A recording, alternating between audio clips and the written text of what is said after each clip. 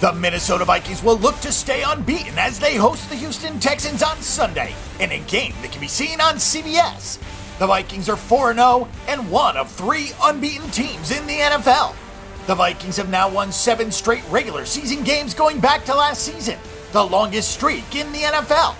Minnesota will be facing a Houston Texans team that is 3-1 and leading the AFC South. The Houston Texans have won 3 of their 4 games this season, but their overall numbers really are not that good.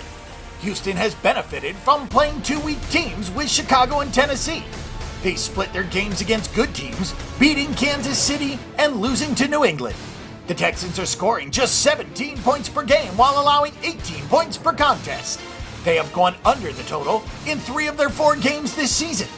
The Texans have Brock Osweiler at quarterback, and he has thrown for 949 yards with 5 touchdowns and 6 interceptions this season. Houston relies more on running the ball than throwing it, as Lamar Miller has 351 yards, which is 3rd best in the NFL. The Minnesota Vikings have done everything right this season on offense and defense. Sam Bradford is playing mistake-free football at quarterback, and the defense is dominating. Bradford has thrown for 719 yards and 4 touchdowns with the Vikings with no interceptions. He played the Texans back in 2013 with the Rams and threw 3 touchdowns in a 38-13 win. The Vikings are scoring 22 points per game. The Vikings defense has been dominating as they are allowing just 12.5 points per game. They are plus 10 in turnover margin at the top of the NFL. The Vikings have gone under in 3 of their 4 games this season as well.